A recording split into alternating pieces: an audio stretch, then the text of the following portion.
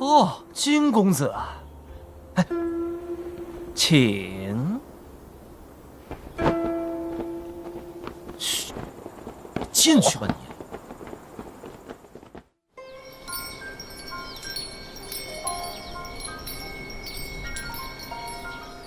其六，必须积功累德，慈心于物，忠孝有悌，正己化人，金孤恤寡，敬老怀幼，昆虫草木，犹不可伤，以悯人之胸，乐人之善，济人之急，救人之危。见人之德，如己之德；见人之失，如己之失。不彰人短，不炫己长。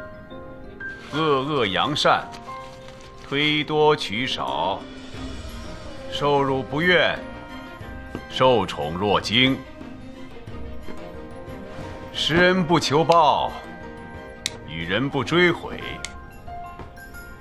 所谓善人，人皆敬之，天道佑之，福禄随之。想山精鬼怪，除鬼驱邪，为的就是度化。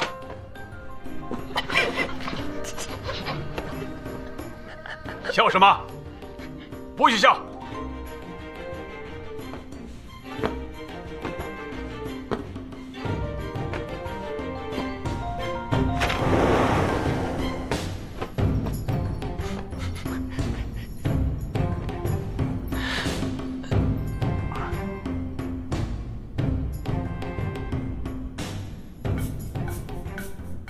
除妖邪，立正法。凡入兰室，必遵循兰室家规，不可坐无端正，不可疾行，不可喧哗，不可以大欺小，戏弄他人，不可无视他人，肆意放纵，不可借人钱财，课堂迟到。回应。在。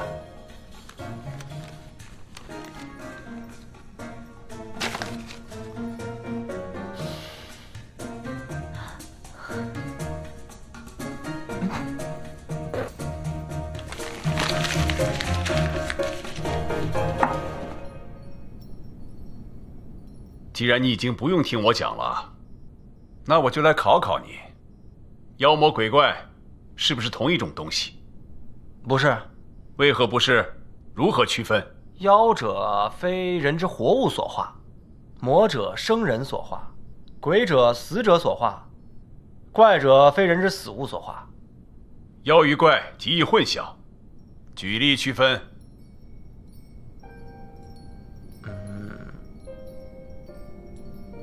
好说，好比你身后那棵活树，沾染书香之气100年，化成人形，有了意识，作祟扰人，此为妖。若我拿了一把板斧，拦腰砍断，只剩个死树墩儿，他在修炼成精，此为怪。清河聂氏先祖所操何业？屠夫。兰陵金氏家徽为白牡丹，是哪一品白牡丹？金星雪浪。修真界兴家族而衰门派第一人为何者？岐山温氏先祖温卯。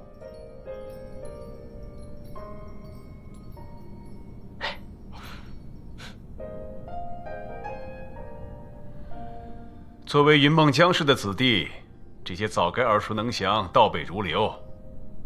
答对了也没什么好得意的。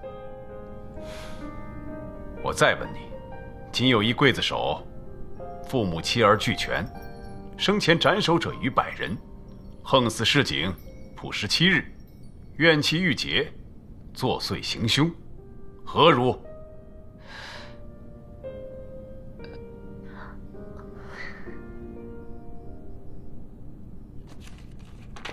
不许翻书，都给我自己想。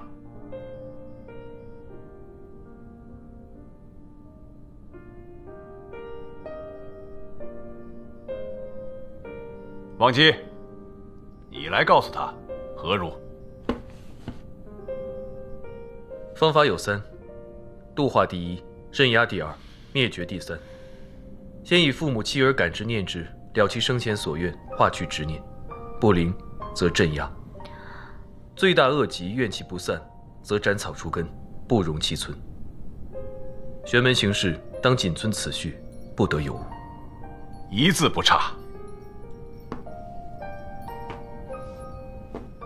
无论是修行还是为人，都该有这般扎扎实实。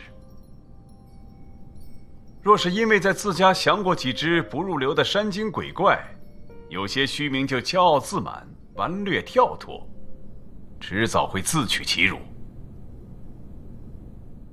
先生，我有疑。讲。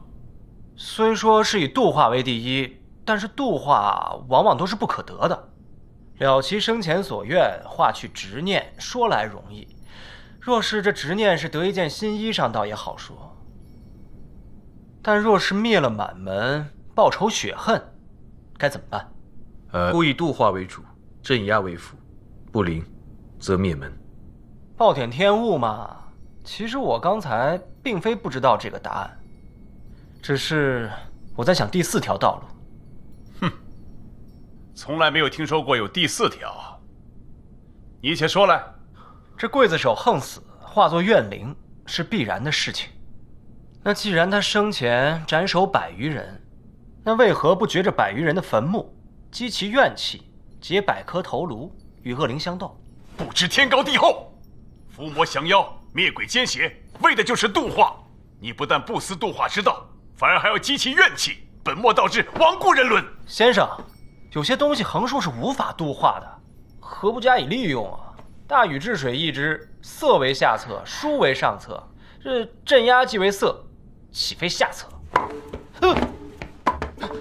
先生，灵气而气，怨气而气，灵气处于丹符，可以劈山填海，加以利用。这怨气也可以，为何不能加以利用啊？那我再问问你，你如何保证这些怨气为你所用，而不是戕害他人？我尚未想到。你若是想到了，各世家就容不得你了。滚！去藏书阁抄1000遍李泽篇。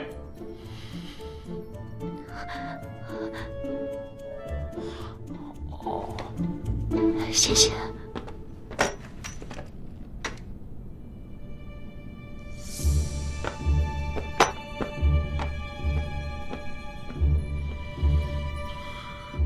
王姬，你去，将他带到藏书阁，不抄1000遍，不准离开。是。